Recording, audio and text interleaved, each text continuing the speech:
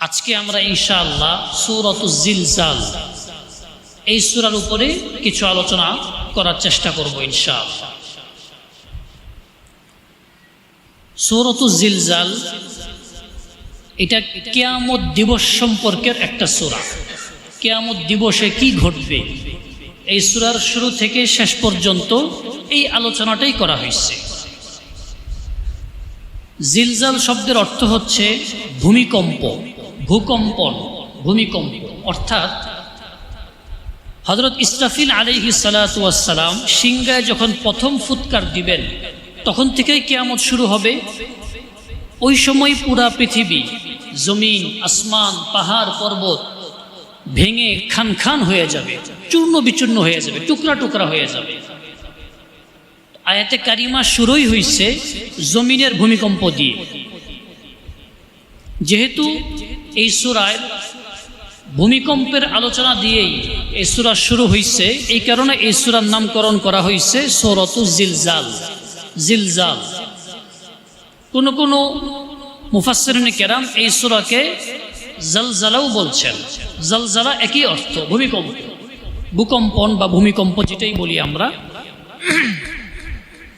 এই সূরাটা হিজরতের পরে নাজিল হয়েছে।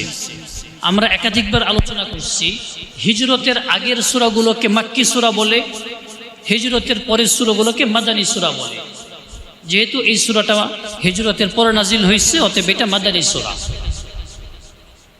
নাজিল হওয়ার বিবেচনায় এই সূরার স্থান 93তম স্থানে এই সূরা নাজিল হয়েছে।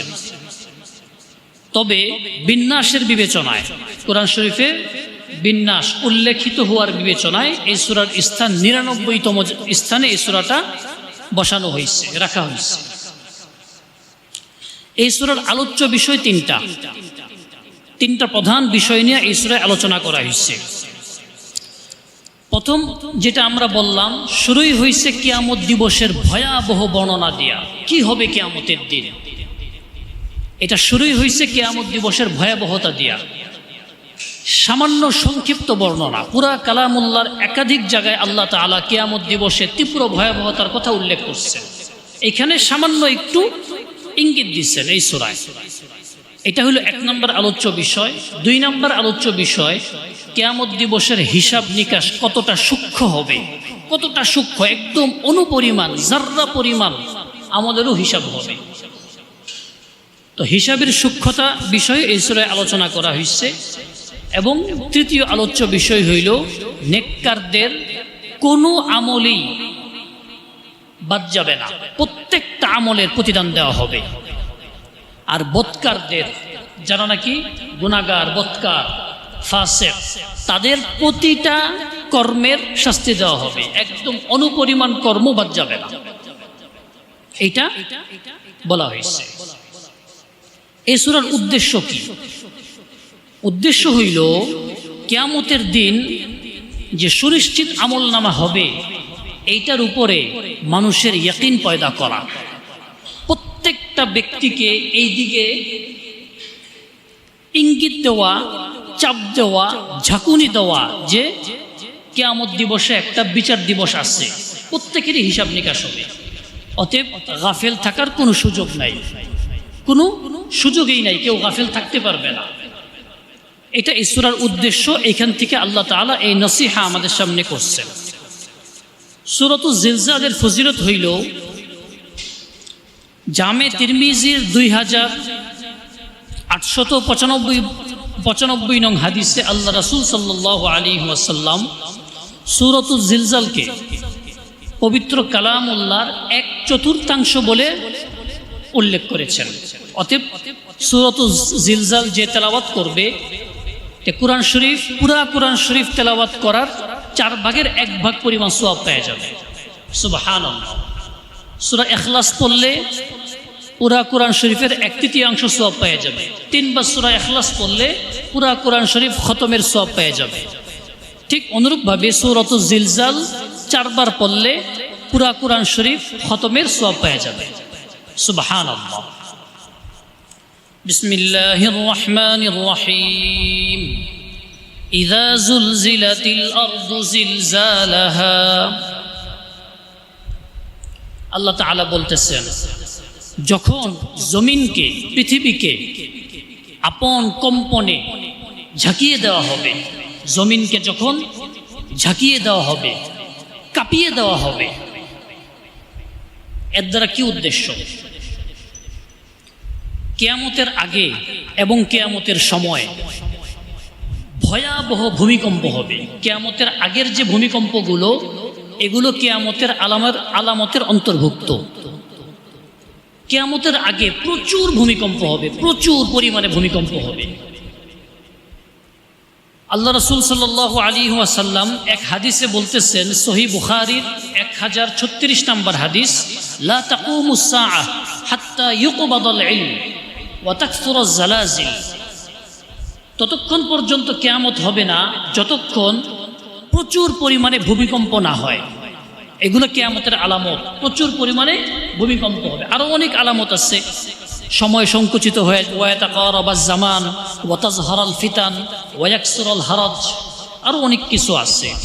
সময় সংকুচিত হয়ে আসবে, ফিতনা বেড়ে যাবে, প্রচুর পরিমাণে খুন খারাপি হবে, হত্যা হবে, আর মাল এত বেশি হবে উপচায় পড়তে থাকবে।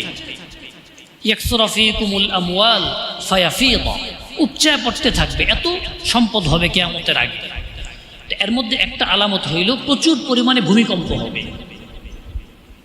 এগুলো কিয়ামতের আগের ভূমিকম্প, কিন্তু আয়াতে কারিমায় বলা হয়েছে কিয়ামত দিবসের ভূমিকম্প, যেটা প্রথম সিংহায় ফুৎকার দেওয়ার পরে যে ভূমিকম্পটা হবে। এটাকে কি হিসাবে যে আখ্যা দেওয়া যাবে এরকম কোনো শব্দ নাই, ওটা শুধু ভূমিকম্প বললে ভুল হবে। পাহাড়গুলো চুরমার হয়ে যাবে, ধুলাবালির মতো উঠতে থাকবে, আসমান জমিন চুরমার হয়ে যাবে। আয়াতে কারিমায় মূলত ওই দিকে ইঙ্গিত করা হয়েছে, যখন পৃথিবীকে আপন কম্পনে ঝাঁকিয়ে দেওয়া হবে। আচ্ছা, কিয়ামতের দিন কয়টা সিংহায় ফুৎকার দেওয়া হবে, কয়বার? মুফাসসিরিনে কেরাম বলছেন, হযরত ইসরাফিল আলাইহিস সালাতু ওয়াস সালামকে সৃষ্টি করে আল্লাহ তাআলা ওনার হাতে সিংহা ধরায় দিয়েছেন। উনি সিংহা নিয়ে বসে আছেন। যখনই হুকুম হবে সিংহায় ফুৎকার দিবেন। তিনি দুইটা ফুৎকার দিবেন। প্রথম ফুৎকারে জীবিত সব কিছু, এই পৃথিবীতে জীবিত যা কিছু আছে সব কিছু মারা যাবে, পৃথিবী চুরমার হয়ে যাবে। দ্বিতীয় ফুৎকারে সকলেই জীবিত হয়ে হাসরের ময়দানে উপস্থিত হবে। ওই প্রথম ফুৎকারের সময় কি কি ঘটতে পারে, পৃথিবীতে কি কি ঘটবে, এই ব্যাপারে আল্লাহ তাআলা বিভিন্ন জায়গায় ইঙ্গিত দিচ্ছেন, বিভিন্ন জায়গায়। সূরা আল হাক্কাহ এর 13, 14 এবং 15 নম্বর আয়াতে আল্লাহ তাআলা বলতেছেন, ফাইদা নুফিখা ফিস সূরি নাফখাতু ওয়াহিদা ওয়া হুমিলাতিল আরদু ওয়াল জিবাল ফাদুক্কাতা দাক্কাতা ওয়াহিদা ফায়াউমা ইদিন ওয়াকাআতিল ওয়াকিআ। যখন সিংহায় প্রথম ফুৎকার দেওয়া হবে, তখন জমিনকে, পাহাড় পর্বতকে উঠায়া উত্তোলিত কইরা এক আঘাতে চূর্ণ বিচূর্ণ করে দেওয়া হবে। সুবহানাল্লাহ, আল্লাহ কত বড়! জমিন এবং পাহাড় পর্বতকে ওয়াহমিলাতিল আরদ ওয়াল জিবাল ফাদুক্কাতা দাক্কাতা ওয়াহিদা, একদম আসার মেরা একদম এটাকে ভেনিশ করে দেওয়া হবে। ফায়াউমা ইদিন ওয়াকাআতিল ওয়াকিআ, আর সেই দিন ঘটবে এক মহাপ্রলয়। এটাই কিয়ামত। সূরাতুল ওয়াকিআয় আল্লাহ তাআলা বলতেছেন, ইযা রুজ্জাতিল আরদু রাজ্জা ওয়া বুসাতিল জিবালু বাসসা ফাকানাত হাবাআম মুনবাসসা। যখন জমিনকে প্রচন্ড কম্পনে কাঁপিয়ে দেওয়া হবে এবং পাহাড়কে পিষা চূর্ণ বিচূর্ণ করে দেওয়া হবে, পিষিয়ে ফেলা হবে একদম। ওয়া বুসাতিল জিবালু বাসসা ফাকানাত হাবাআম মুনবাসসা। জমিন এবং পাহাড় পর্বত এগুলো উড়ন্ত ধুলাবালির মতো, ধুলাবালি আছে না উড়ে, উড়ন্ত ধুলাবালির মতো উঠতে থাকবে। ফাকানাত হাবাআম মুনবাসসা। সুবহানাল্লাহ। এই যে জমিন, যেই জমিনে আমরা আছি, যেই জমিনে আমরা অবস্থান করতেছি, বসবাস করতেছি, এই হুবহু এই জমিন কিয়ামতের দিন থাকবে না। আল্লাহ তাআলা এই জমিনকে পাল্টায় ফেলবেন আরেক জমিন দিয়া। এই আসমান হুবহু এই আসমান থাকবে না, এই আসমানকে অন্য আসমান দিয়ে আল্লাহ পাল্টায় ফেলবেন। এগুলো সব চূর্ণ বিচূর্ণ হয়ে যাবে, মিসমার হয়ে যাবে। সূরা ইব্রাহিমের 48 নম্বর আয়াতে আল্লাহ তাআলা বলতেছেন, ইয়াউমা তুবাদদালুল আরদু গায়রাল আরদ ওয়াস সামাওয়াত, সেদিন জমিনকে আরেক জমিন দ্বারা বদলায় দেওয়া হবে, আসমানকে আরেক আসমান দ্বারা বদলায় দেওয়া হবে। ওয়া বারাজু লিল্লাহিল ওয়াহিদিল কাহ্হার, এবং প্রত্যেকেই এক পরাক্রমশালী আল্লাহ সুবহানাহু ওয়া তাআলার সামনে উপস্থিত হবে। এই হইল প্রথম সিংহায় ফুৎকার দেওয়ার পরের হালত। দ্বিতীয় সিংহায় ফুৎকার দেওয়ার পরে প্রত্যেকেই জীবিত হবে। জীবিত হইয়া যে যেখানে উঠবে ওইটাই হাসরের ময়দান, ওইটাই হাসর, হিসাব নিকাশ শুরু হয়ে যাবে। প্রত্যেকেই প্রচন্ড আতঙ্কিত থাকবে, মানুষের গায়ে কোনো কাপড় থাকবে না। আবসারুহা খাশিআহ, চোখগুলা ভয়ে কাঁপতে থাকবে, উপর দিকে তাকায় থাকবে। ইন্নামা ইউআখিরুহুম লিয়াউমিন তাশখাসু ফীহিল আবসার, ভয়াবহ অবস্থা হবে। সূরাতুন নাজিআতে আল্লাহ তাআলা বলতেছেন, ইয়াউমা তারজিফুর রাজিফা তাতবাউহা রাদিফা কুলুবু ইয়াউমাইদিন ওয়াজিফা, সেই দিন এক প্রকম্পিতকারী প্রচন্ড রূপে প্রত্যেককে কাঁপায় দিবে। এটা হলো প্রথম সিংহার ফুৎকার। এরপরে আসবে দ্বিতীয়টা, অর্থাৎ দ্বিতীয় ফুৎকার, কুলুবু ইয়াউমাইদিন ওয়াজিফা, প্রত্যেকটা অন্তর প্রচন্ড ভয়ে কাঁপতে থাকবে। সুবহানাল্লাহ, কি ভয়াবহ অবস্থা হবে দোস্ত বুজুর্গ। একটু আমরা কল্পনায় চিন্তা করি, একটু কিয়ামতের দিনের যে এগুলো ঘটবে, এগুলো তো আল্লাহ তাআলা কয়েকটা শব্দ দিয়ে বলছেন, কিন্তু বাস্তবতাটা কেমন হইতে পারে একটু চিন্তা করি, কল্পনা করি। এই জন্যই আল্লাহ তাআলা আমাদেরকে ভালোবাসাপূর্ণ নসিহত করছেন।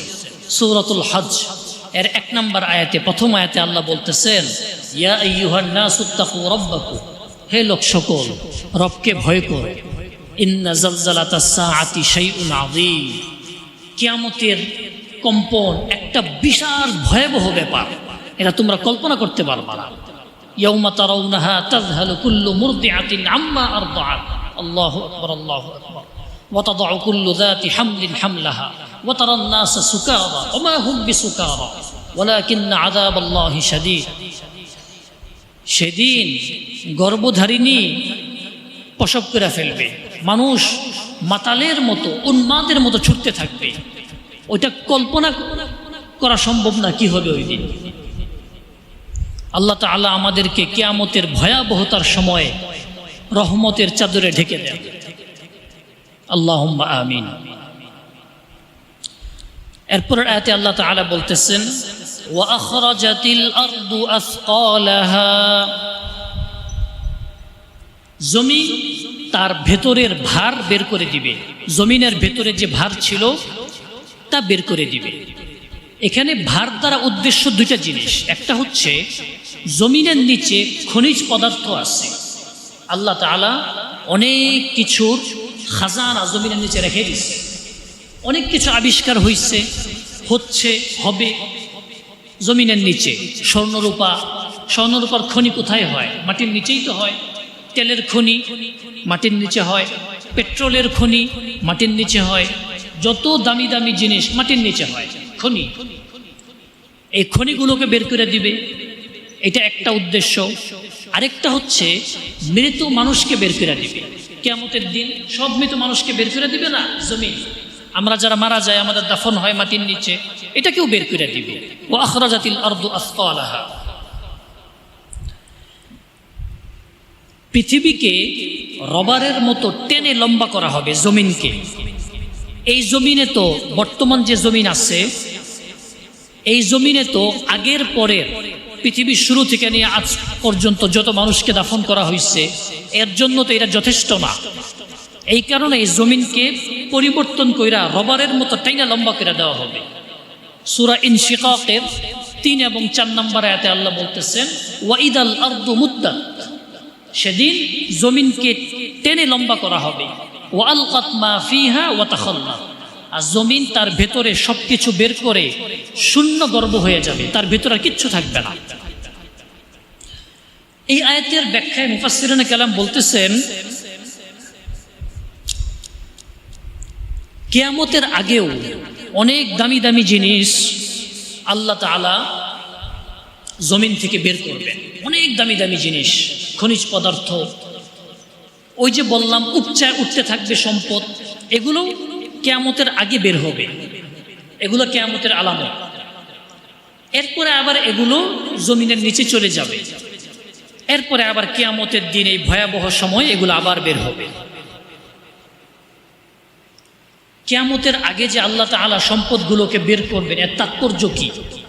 কিয়ামতের আগে জমিন থেকে যে সম্পদগুলো বের হবে, এর তাৎপর্যটা হইল মানুষ এগুলা দেখা নিজেদেরকে ধিক্কার দিবে। এইটার জন্য আমরা অপরাধ করতাম, এই সম্পদের জন্য সম্পদ হাতের নাগালে চলে আসবে, এটার কোনো মূল্যই থাকবে না। মানুষ আফসোস করবে, এইটার জন্য আমি হত্যা করছি, আত্মীয়তার সম্পর্ক ছিন্ন করছি, এইটার জন্য আমার চুরি করছি, আমার হাত কাটা গেছে, আফসোস করবে। সহিহ মুসলিমের 1013 নম্বর হাদিস, আল্লাহ রাসূল সাল্লাল্লাহু আলাইহি ওয়াসাল্লাম বলতেছেন, তাকিউল আরদ আফলাদ কাবিদিহা আমসাল আল উসতুওয়ান মিন আয-যাহাবি ওয়াল ফিদ্দা, জমিন তার ভেতরের বস্তুগুলোকে স্বর্ণরূপার স্তম্ভ বানায় বের করে দিবে, বিশাল বিশাল স্বর্ণের স্তম্ভ, এইভাবে জমিন বের করে দিবে, নাও যে যত স্বর্ণ নিতে পারো। ওই দিন কেউ স্বর্ণের দিকে ফিরাও তাকাবে না, মূল্যই থাকবে না এগুলা। হত্যাকারী আসবে, ফায়াজিউল কাতিল ফায়াকুল ফি হাযা কাতালতু, হত্যাকারী যে নাকি এই সম্পদের জন্য আগে অনেক খুন খারাপি করছে, সে আয়েশা বলবে এই জন্য আমি কত মানুষকে হত্যা করছি। ফায়াজিউল কাতি ওয়া ইয়াকুল ফি হাযা কাতাতু রাহিমি, আত্মীয়তার সম্পর্ক ছিন্নকারী আসবে, এসে বলবে এটার জন্য আমি কত সম্পর্ক ছিন্ন করছি। ওয়াজিউস সারিক ফায়াকুল ফি হাযা কুতিআত ইয়াদি, চোর আসবে, চোর আইসা বলবে এটার জন্য কত চুরি করছি, আমার হাত কাটা গেছে। সুম্মা ইয়াদাউনাহু ফালা ইয়াখুদুনা মিনহু শাইআ, তারা এগুলা সব ছেড়ে দিবে, কেউ এটার দিকে ফিরাও তাকাবে না, কিচ্ছু নেবে না। স্বর্ণরূপার স্তম্ভ, কেউ ফিরাও তাকাবে না। আরেক হাদিসে আল্লাহ রাসূল সাল্লাল্লাহু আলাইহি ওয়াসাল্লাম বলতেছেন, ফুরাত নদী যে আছে, ফুরাত নদী আপনারা নাম শুনবেন, দাজলা নদী, ফুরাত নদী, এগুলো ইরাক, ইরান ওইসব অঞ্চলের। এক হাদিস আল্লাহ রাসূল বলতেছেন, ফুরাত নদী যতক্ষণ না স্বর্ণের পাহাড় বের করবে তার নিচ থেকে, তার আগে কিয়ামত হবে না। সুবহানাল্লাহ, স্বর্ণের পাহাড় বের করবে ফুরাত নদীর নিচ থেকে। লা তাকুমুস সাআহ হাত্তা ইয়াহসিরাল ফুরাত আন জাবালিন মিন যাহাবিন। আচ্ছা, স্বর্ণের পাহাড় বের করার পরে কি হবে? ইয়াক্তাতিলুন নাসু আলাইহি, মানুষ এটা নিয়ে তীব্র হত্যাযজ্ঞে লিপ্ত হবে, খুন খারাপিতে লিপ্ত হবে। ফায়ুক্তালু মিন কুল্লি মিআতিন তিসআতু ওয়া তিসউন, প্রত্যেক 100 জন ব্যক্তির থেকে 99 জন ব্যক্তি মারা যাবে। আল্লাহ আমাদেরকে হেফাজত করেন, আল্লাহ আমাদেরকে হেফাজত করেন। প্রত্যেক 100 জন ব্যক্তি থেকে এই সম্পদের জন্য কতজন মারা যাবে? 99 জন মারা যাবে। প্রত্যেকেই বলতে থাকবে, ওয়ায়াকুলু কুল্লু রাজুলিন মিনহুম লাআল্লি আকুনু আনাল্লাযী আনজু, আমি হয়তো বেঁচে যাব। প্রত্যেকে বলতে থাকবে, খুন খারাপি করবে, মারা যেতে থাকবে,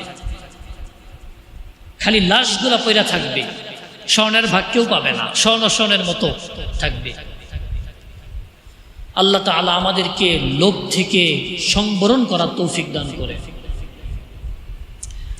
এরপর আয়াতে আল্লাহ তাআলা বলতেছেন, ওয়াকালাল ইনসানু মা লাহা, দ্বিতীয় সিংহায় ফুৎকার দেওয়ার পরে মানুষ উঠবে আর এই পৃথিবীর ভয়াবহ পরিবর্তন দেখবে।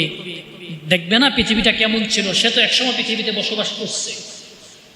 ভয়ে আতঙ্কে বলতে থাকবে, কি হইল পৃথিবীর, মা লাহা, এই পৃথিবীর কি হইল, এই পৃথিবীটা এত অশান্ত হয়ে গেল কেন?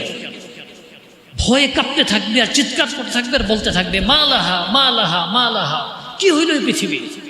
ওয়াকাল আল ইনসানু মা লাহা, একটু আগে আমরা বলে আসলাম তাতবাউহা রাদিফা কুলুবু ইয়াউমাইদিন ওয়াজিফা, যখন দ্বিতীয় সিংহা ফুৎকার হবে মানুষের অন্তর ভয়ে কিয়ামতের দিবসে উপস্থিত হবে, কাঁপতে কাঁপতে বেহুশ হয়ে যাবে এক একজন, ভয়াবহতায়। আর বলতে থাকবে কি হইল। এরপর রাতে আল্লাহ তাআলা বলতেছেন ইয়াউমাইদিন তুহাদ্দিসু আখবারাহা বিআন্না রাব্বাকা আওহা লাহা, সেদিন পৃথিবী তার যাবতীয় সংবাদ জানায় দিবে। ইয়াউমাইদিন তুহাদ্দিসু আখবারাহা বিআন্না রাব্বাকা আওহা লাহা, কেননা তোমার রব তাকে সেই আদেশ করবেন। আল্লাহ তাআলা পৃথিবীকে আদেশ করবেন, এই পৃথিবী তোমার উপর কে কি করছে বলো। পৃথিবী টেপ রেকর্ডারের মতো তার বক বক বক বক কইরা সব কিছু বলতে থাকবে, এ ওইটা করছে, এ আমার উপরে এটা করছে, অমুক দিন অমুক সময় এই লোকটা এই অপরাধ করছে, অমুক দিন ওই সময় এই লোকটা এই ভালো কাজ করছে, বলতে থাকবে টেপ রেকর্ডারের মতো বলতে থাকবে পৃথিবী সব। জামে তিরমিজির 2429 নম্বর হাদিস, আল্লাহ রাসূল সাল্লাল্লাহু আলাইহি ওয়াসাল্লাম একদিন এই আয়াতটা তেলাওয়াত করছেন, ইয়াউমাইদিন তুহাদ্দিসু আখবারাহা, পৃথিবী তার সকল সংবাদ জানায় দিবে। এই আয়াতটা তেলাওয়াত করে বলতেছেন আতাদরুনা মাযা আখবারুহা, তোমরা কি জানো পৃথিবীর সংবাদ কি? সাহাবায়ে কেরাম এই সমস্ত প্রশ্নের উত্তরে আদবের সাথে উত্তর দিতেন আল্লাহু ওয়া রাসূলুহু আ'লাম, আল্লাহ এবং তার রাসূলই ভালো জানেন।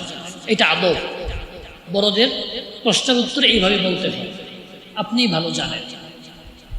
তখন আল্লাহ রাসূল বলতেছেন ফাইন্না আখবারাহা আন তাশহাদা আলা আবদিন আও আমাতিন বিমা আমিলা আলা যাহরিহা ওয়া তাকুল আমিলা কাযা ওয়া কাযা ইয়াউমা কাযা ওয়া কাযা।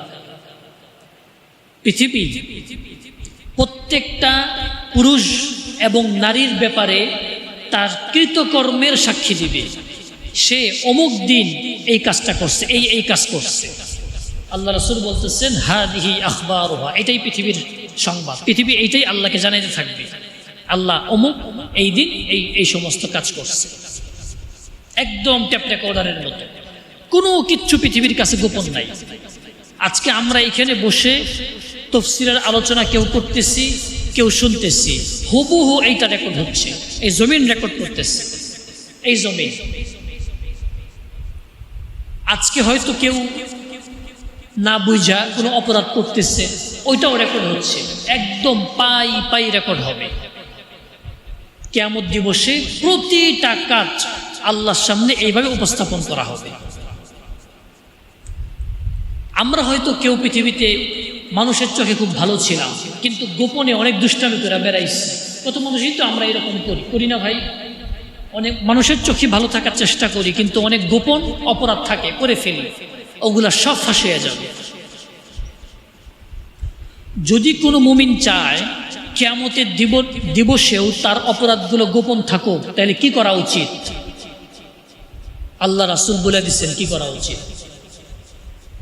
দুনিয়াতে আমি আমার আরেক ভাইয়ের দোষ ত্রুটি গোপন রাখবো, কিয়ামতের দিন আল্লাহ আমার দোষ ত্রুটি গোপন রাখবে। সুবহানাল্লাহ, সুবহানাল্লাহ। মানুষের আল্লাহ রাসূলের হাদিস, মান সাতারা মুসলিমান সাতারাহুল্লাহু ইয়াউমাল কিয়ামা, যে ব্যক্তি আরেকজন মুমিনের দোষ গোপন রাখছে, আল্লাহ নিজ জিম্মায় এই ব্যক্তির দোষ গোপন রাখবেন। সুবহানাল্লাহ। পৃথিবী সব জানায় দিবে, আল্লাহ এইটা অন্যদেরকে বলতে যেন না শুনে সেই ব্যবস্থা আল্লাহ করে দেবে। যেই সমস্ত মুমিন আরেক মুমিনের দোষ গোপন রাখে, তাদের হিসাব নিকাশের সময় সে যখন আল্লাহর সামনে আসবে, আল্লাহ পর্দা দিয়ে ঢেকে দিবে, সে আর আল্লাহ, বাইরে কেউ দেখতে পারবে না। সুবহানাল্লাহ। মানুষের দোষ বলার অনুমতি ফুকাহে কেরাম দুইটা জায়গায় অনুমতি দিচ্ছেন। কয়টা জায়গায়? দুইটা। একটা হচ্ছে বিচারের উদ্দেশ্যে বিচারকের সামনে, এটা তো বলতেই হবে, এটা তো একটা বিচার হবে, বিচারের জন্য দোষটা সামনে আসতে হবে, মামলা মোকদ্দমা যেরকম ভাবে হয়। আরেকটা হইল এক ব্যক্তি অপরাধী, সে মানুষের কাছ থেকে অর্থ নিয়ে আত্মসাৎ করে, স্বাভাবিক। এখন সে আরেক মুমিনের কাছে অর্থ চাইছে, ভাই তুমি আমার কাছে টাকা দাও। যার কাছে চাইছে সে হয়তো জানে না যে এই লোক টাকা নিলে আর কি করে না, দেয় না। তখন যে জানে সে একবার খালি বলে দিবে যে ভাই সতর্কতার জন্য, আরেকজন মুমিনকে বাঁচানোর জন্য, বিপদ থেকে বাঁচানোর জন্য, খারাপ উদ্দেশ্য না। উনি কিন্তু ওনার সাথে একটু মুআমালা সাবধানে করল, আগেও অনেকের টাকা নিয়ে উনি দেন নাই বল, এটা একবার বলা যাবে। এই দুইটা জায়গায় দোষ বলা যায় যাচ্ছে, ওটা তো একবার বলতে পারবেন। এরপরে যদি এই লোক তার সাথে লেনদেন করে দ্বিতীয়বার বলতে পারবেন, দ্বিতীয়বার গীবত হয়ে যাবে। প্রথমবার তো বাঁচানোর জন্য করছেন, আপনার দায়িত্ব তো শেষ, এরপরে কেন বলবেন? দায়িত্ব তো শেষ। এছাড়া আর যে উদ্দেশ্যে মুমিনের দোষ বলা হবে হারাম, এটাকে বলা হয়েছে আপন ভাইয়ের, মৃত ভাইয়ের গোশত খাওয়া, গীবত। আইয়ুহিব্বু আহাদুকুম আইয়াকুলা লাহমা আখিহি মাইতান ফাকারিহতুমু। মেরাজের রাত্রে আল্লাহ রাসূল সাল্লাল্লাহু আলাইহি ওয়াসাল্লামকে কিছু শাস্তি দেখানো হয়েছিল, শাস্তি, কিছু জান্নাতের পুরস্কার আর কিছু জাহান্নামের শাস্তি দেখানো হয়েছিল। এর মধ্যে একটা শাস্তি দেখানো হয়েছিল, কিছু ব্যক্তির নখগুলোকে ওই যে কি বলে করাতের মতো বানায় দেওয়া হয়েছে, আগুনের করাত। তারা নিজেদের চেহারার গোশতগুলো মানে এরকম খাবলায় খুলতেছে, খাবলায় নিজেদের চেহারার গোশত ছিন্ন ভিন্ন করে ফেলতেছে, আবার নতুন চামড়া ওইখানে পয়দা হচ্ছে, আবার খামচি দিচ্ছে, এইভাবে চলতেছে।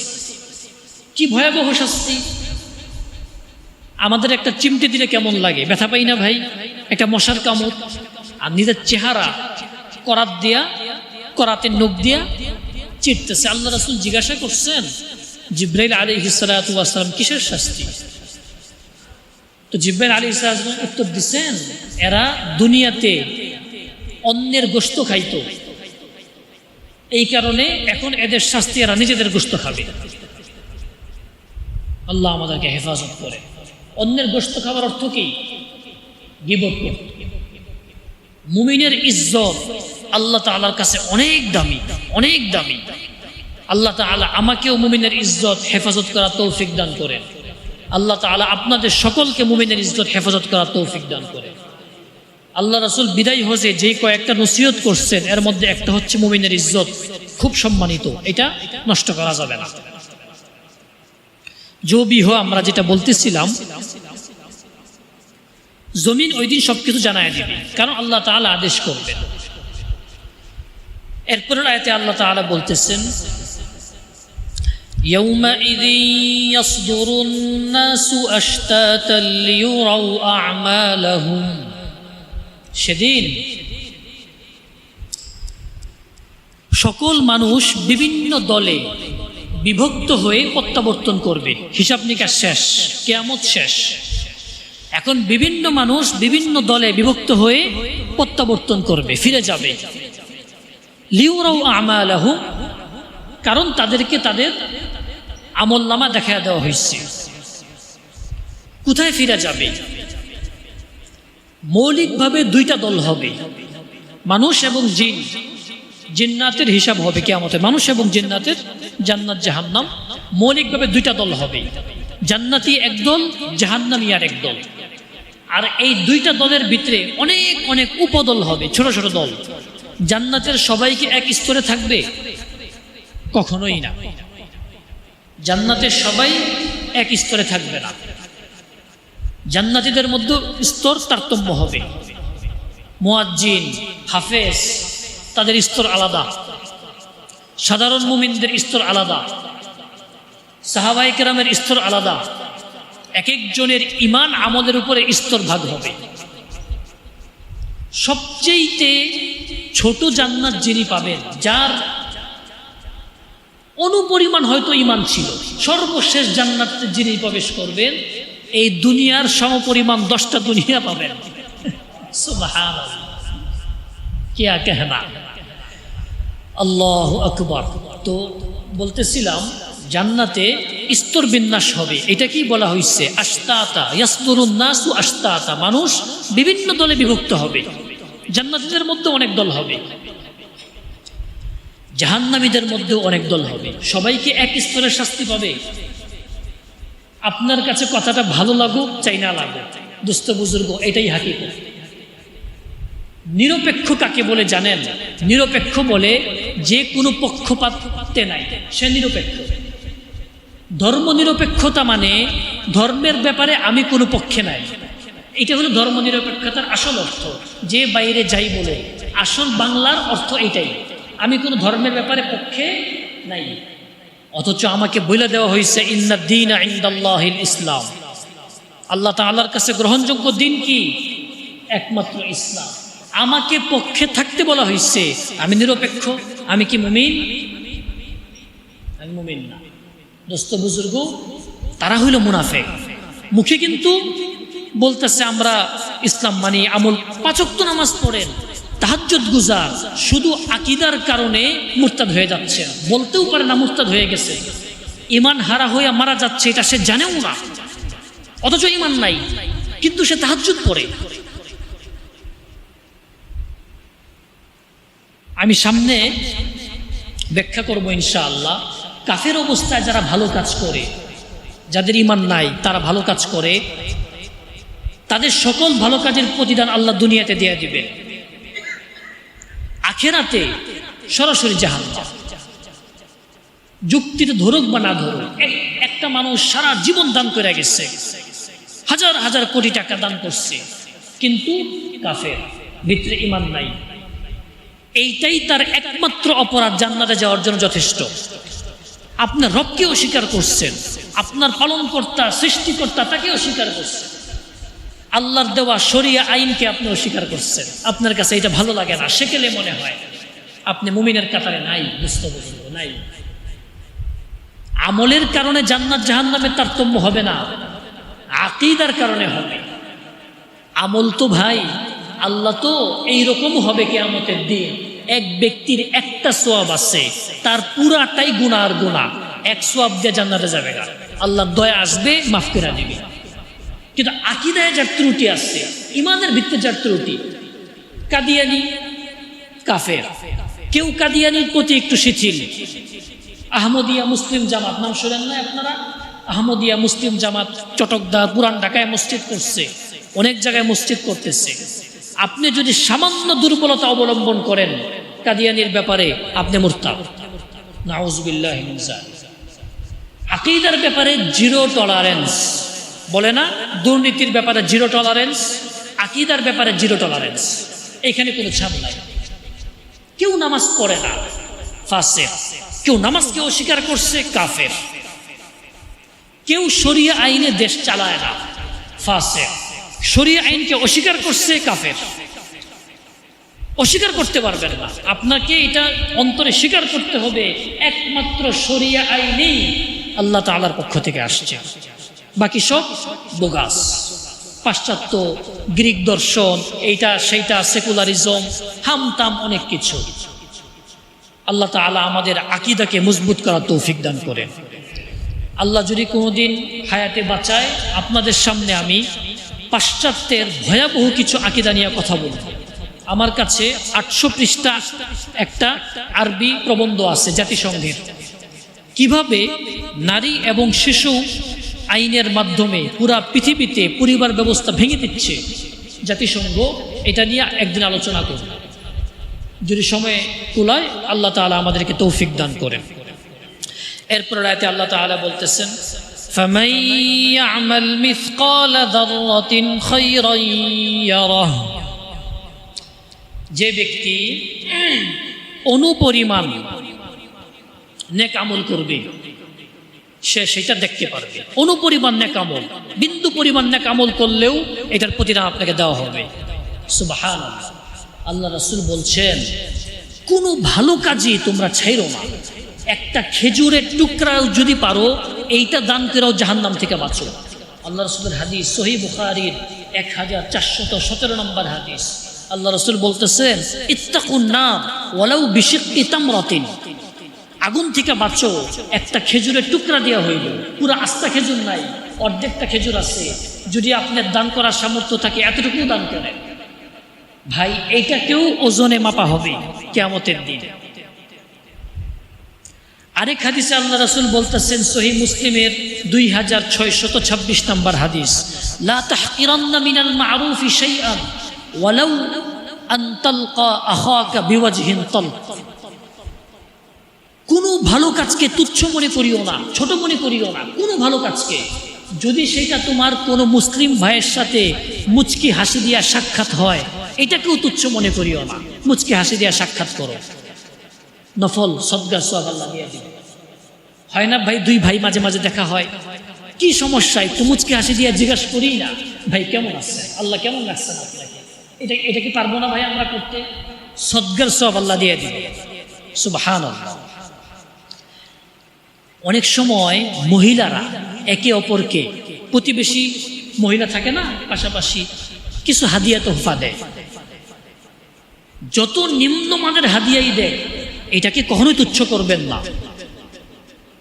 মা বোনদেরকে এই হাদিস শোনাবেন। এখন যে হাদিস বলবো, সহিহ বুখারী 2566 নম্বর হাদিস। আল্লাহ রাসূল বলতেছেন, প্রত্যেকে এগুলো নিজেদের ঘরের মেয়েদেরকে শোনাবেন। ইয়া নিসা আল মুসলিমাত লা তাহকিরান্না জারাতুন লিজারাতিহা ওয়ালাউ ফিরসিনা শাতিন।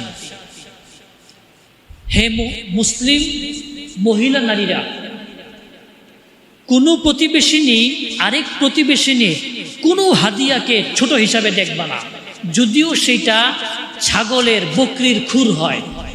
খুর আছে না, নেহারি বানায় খায় যে, পায়ের নলা, এইটাও যদি কেউ কাউকে হাদিয়া দেয়, তুচ্ছ মনে করবা না, খবরদার, অনেক বড় মনে করবা। লা তাহকিরান্না জারাতুন লিজারাতিহা, এইটা কেউ কিয়ামতের দিন হিসাব করা হবে। সুবহানাল্লাহ। বড় আমলের তো হিসাব হবেই, প্রতিদান পাবেনি, ছোট আমলেরও কি হবে, প্রতিদান পাবেন। এখানে একটা বিষয় আছে, যেই সৎকর্ম আমরা ঈমান অবস্থায় করছি এবং ঈমান অবস্থায় আল্লাহ তাআলার কাছে যাইতে পারছি, শুধু ওই সৎকর্মটারই প্রতিদান পাবো। কিন্তু যদি ঈমান অবস্থায় কোনো আমল করছি, ঈমান হারা হয়ে মারা গেছি, আমার সব আমল শেষ, এইটা বলার কোনো অজুহাতই আমার থাকবে না যে আমি তো ভালো কাজ করছি ঈমান অবস্থায়, পরে মারা গেছি বেঈমান অবস্থায়, সেটা আলাদা। এটা বলার কোনো সুযোগই থাকবে না, কোনো সুযোগই নাই। সূরা ফুরকানের 23 নম্বর আয়াতে আল্লাহ বলতেছেন, ওয়াকাদিমনা ইলা মা আমিলু মিন আমাল ফাজআলনাহু হাবাআম মানসুরা। কিয়ামতের দিন যারা কাফের ছিল, বেঈমান অবস্থায় মারা গেছে, ওদের ভালো আমলগুলোর দিকে আমি মনোনিবেশ করব, আমি তাকাবো তারা কি কি ভালো আমল করছে, যারা বেঈমান অবস্থায় মারা গেছে। এরপরে ফাজআলনাহু হাবাআম মানসুরা, এই আমলগুলাকে ধইরা শূন্যে বিক্ষিপ্ত ধুলাবালু নিয়ে ছিটায় দেব, শেষ, এগুলো আর কোনো মূল্যই নেই, সব শেষ। ফাজআলনাহু হাবাআম মানসুরা, শূন্যে নিক্ষেপ করে দিব, উড়ায় দিব, শেষ। আপনাদের কাছে দিলের দরদ দিয়ে অনুরোধ করতেছি, আমল করার তো অবশ্যই চেষ্টা করবেন, যদি ত্রুটি হয়েও যায় আকীদার ব্যাপারে কঠোর থাকবেন। দোস্ত বুজুর্গ, কোনো ছাড় নাই এইখানে, কোনো ছাড় নাই। একটা সুন্নত অস্বীকার করলে আপনি কাফির হয়ে যাইতে পারেন। একটা মিসাল দিয়ে আপনাদেরকে, একটা সুন্নত, ফরজ ওয়াজিব না, সুন্নত মেসওয়াক করা, এটা ওয়াজিব না ফরজ? হ্যাঁ, ওয়াজিব না তো চাচা, সুন্নত। ওয়াজিব না, ফরজ না, সুন্নত মেসওয়াক করা।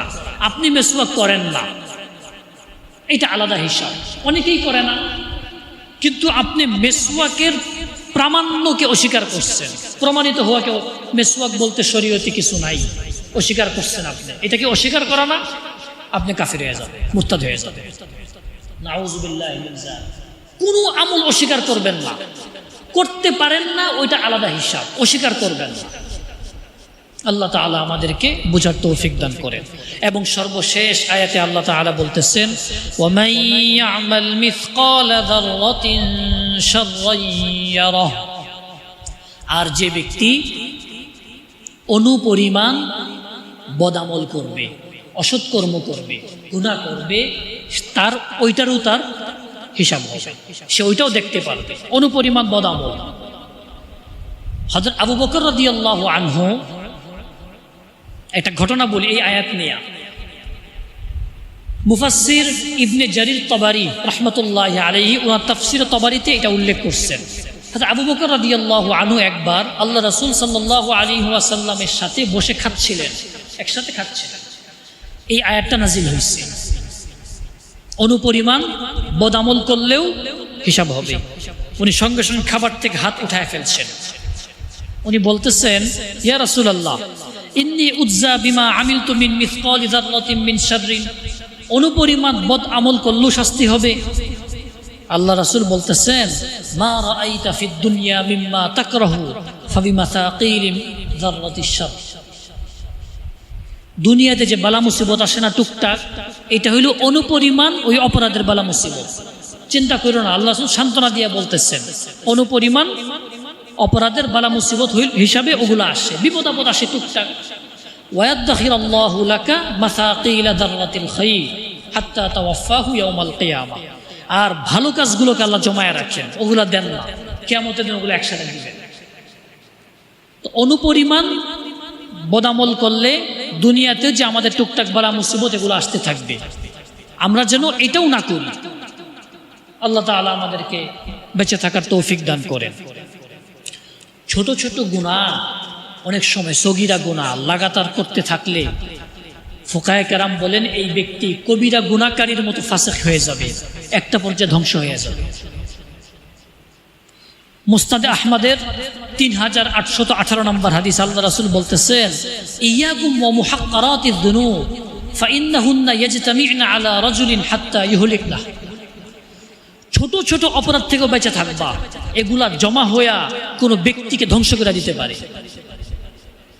আল্লাহ আমাদেরকে হেফাজত করে। ছোট ছোট বদামল করি না ভাই, ছেড়ে দিই। আরে সগীরা গুনাহ, ছোট গুনাহ একটু হয়ে যাক, এটাও হওয়া যাবে না দোস্ত বুজুর্গ, এটাও করা যাবে না। এইটাই আপনাকে জমা হইয়া কবিরা গুনাহকারীর থেকেও ভয়াবহ হয়ে যেতে পারে। আল্লাহ আমাদেরকে বেঁচে থাকার তৌফিক দান করেন। এই যে এত কথা বলা হইল অনুপরিমাণ ভালো কাজ আর খারাপ কাজ, এই যে খারাপ কাজের কথা আমরা বললাম, এটারও হিসাব হবে। এটা কখন? যখন আমি এই গুনাহ থেকে তওবা না কইরা মারা যাব, জীবদ্দশায় তওবা করি নাই, তাইলেই নাই তার পাকড়াও হবে। কিন্তু আপনি কি করছেন? খালেস দিলে আল্লাহ তাআলার কাছে তওবা করে ফেলছেন, পাহাড় পরিমাণ গুনাহ মাফ হয়ে যাবে। সুবহানাল্লাহ, পাহাড় পরিমাণ গুনাহ কি হয়ে যাবে? মাফ হয়ে যাবে। আল্লাহ রাসূলের পরিষ্কার হাদিস, সুনানে ইবনে মাজাহ 4250 নম্বর হাদিস, আত্তাইবু মিনাজ যানবি কামান লা যানবা লাহ। গুনাহ থেকে খালেস দিলে তওবাকারী এমন ভাবে কিয়ামতের দিন আসবে এর কোনো গুনাহই নেই। সুবহানাল্লাহ, গুনাহ হয়ে যাবে, সঙ্গে সঙ্গে সালাতুত তওবা পড়ব আর তওবা করব, আল্লাহ মাফ করে দিবে। আয়েশা রাদিয়াল্লাহু আনহাকে আল্লাহ রাসূল নসিহত করতেছেন একবার, ইয়া আয়েশা ইয়াকা মুহাক্কারাতিয যুনুব ফাইন্নাহা মিনাল্লাহি তালিবান। আয়েশা, ছোট গুনাহ থেকেও বেঁচে থাকবা, এইটার জন্যও পাকড়াও হবে। গুনাহ হওয়া মাত্রই তওবা করব। কি বলেন ভাই, পারবো না ইনশাআল্লাহ? আবার যদি হয়ে যায় আবার তওবা করব, করতেই থাকবো, গুনাহকে জমার সুযোগই দিব না ইনশাআল্লাহ। আল্লাহুম্মা সাল্লি আলা মুহাম্মদ। সূরা জিলজাল এই শেষ দুই আয়াতের ব্যাপারে আল্লাহ রাসূল বলতেছেন, এই দুই আয়াতের মতো অনুপরিমাণ ভালো কাজ করলেও প্রতিদান দেওয়া হবে, অনুপরিমাণ খারাপ কাজ করলেও শাস্তি দেওয়া হবে। সূরাতুল জিলজালের এই দুই আয়াতের মতো এত ব্যাপক অর্থবোধক আর কোনো আয়াত আমার উপর নাজিল হয় নাই। মা আনজালাল্লাহু ফিহা ইল্লা হাদিহিল আয়াহ আল ফাযা আল জামিআ। এরপরে আল্লাহ রাসূল এই দুইটা আয়াত তেলাওয়াত করছেন। এই সূরা যখন নাজিল হয়, আবু বকর রাদিয়াল্লাহু আনহুর ঘটনা বললাম না, উনি কেঁদে দিচ্ছেন। এই সূরা যখন নাজিল হয়, এত সূক্ষ্ম হিসাব হবে, বাঁচবো কেমনে? আল্লাহ রাসূল জিজ্ঞাসা করছেন, আবু বকর কাঁদতেছো কেন? মাযা ইউবকিকা ইয়া আবা বকর, কোন জিনিস তোমাকে কাঁদাচ্ছে? উনি বলছেন, ইউবকিনি হাদিহিস সূরা, এই সূরা কাঁদাইছে। আল্লাহ রাসূলকে সান্ত্বনা দিচ্ছেন, লাউলা আন্নাকুম তুখতিউনা ওয়া তুযনিবুন ফায়াগফিরুল্লাহু লাকুম লাখালাকাল্লাহু উম্মাতান ইখতিউন ওয়া ইউযনিবুন ফায়াগফির লাহুম। আবু বকর, তোমরা যদি গুনাহ না করতা, গুনাহও করতেছ না, তওবারও প্রয়োজন পড়তেছে না, আল্লাহ তাআলা তোমাদেরকে ক্ষমা করারও প্রশ্ন আসে না, গুনাহ করে না, তওবা করে না, আল্লাহ এমন জাতি সৃষ্টি করতেন যারা গুনাহ করত, তওবা করত, আল্লাহ মাফ করতেন। সুবহানাল্লাহ। আল্লাহ মাফ করতে ভালোবাসেন। গুনাহ হয়ে যাওয়াটা খারাপ না, যদি এরকম হয়ে যায় বুঝো, সঙ্গে সঙ্গে তওবা করবা, আল্লাহ খুব খুশি হন। আল্লাহ তাআলার সামনে কেউ ছোট হইলে আল্লাহ কি হন? খুব খুশি হন। বাংলাদেশের বড় একজন বিখ্যাত আলেম ছিলেন কুমিল্লার মৌলানা আশরাফ আলী সাহেব। আপনারা আহমদ শফি সাহেবের নাম শুনছেন না? হ্যাঁ, সবাই তো শুনছেন। হাটাজারি মাদ্রাসা হেফাজতের সভাপতি ছিলেন। ওনার পরেই বাংলাদেশে যার অবস্থান ছিল মৌলানা আশরাফ আলী সাহেব।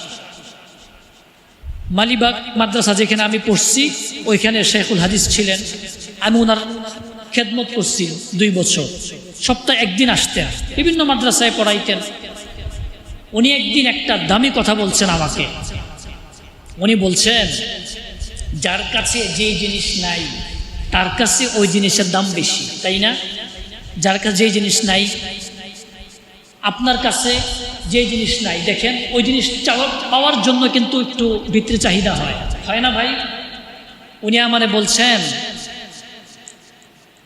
সাআদ, একদিন ডেকে বলতেছেন, সাআদ শোনো একটা কথা বলি, আমার মাত্র দিলে আসছে। আমি বলছি, জি হুজুর বলেন। আল্লাহর কাছে অসহায়ত্ব নাই, আছে অসহায়ত্ব? আল্লাহ কি অসহায়? বলেন। আল্লাহর কাছে অসহায়ত্বের অনেক দাম। কেউ যদি অসহায় হয়ে আল্লাহর কাছে হাত তোলে, আল্লাহর রহমতে আরশ কেঁপে ওঠে। সুবহানাল্লাহ, সুবহানাল্লাহ। আল্লাহ জিজ্ঞাসা করেন ফেরেশতাদের যে আমারে দেখছে? বলছে না, আল্লাহ দেখে নাই, কিন্তু আপনার কথা শুনছে। কই শুনছে? এই বলে কোরআন হাদিস থেকে শুনছে। তা আমার দেখে নাই, শুধু আমার কথা শুনেই আমার কাছে হাত তুলছে, তার সব মাফ করে দাও। সুবহানাল্লাহ। আল্লাহর রহমতটা শুধু বের করে আনতে হবে। আল্লাহ তাআলা আমাদেরকে সর্বপ্রকার অসহায়ত্ব নিয়ে আল্লাহর সামনে উপস্থিত হওয়ার তৌফিক দান করেন। নিজের সকল ক্ষুদ্রতা, সকল দোষ ত্রুটি নিয়ে আল্লাহর সামনে সেজদা দিয়া এই সব কিছুর জন্য চোখের পানি ফেলার তৌফিক দান করেন। আমিন। ওয়া আখিরু দাওয়ানা আনিল হামদুলিল্লাহি রাব্বিল আলামিন।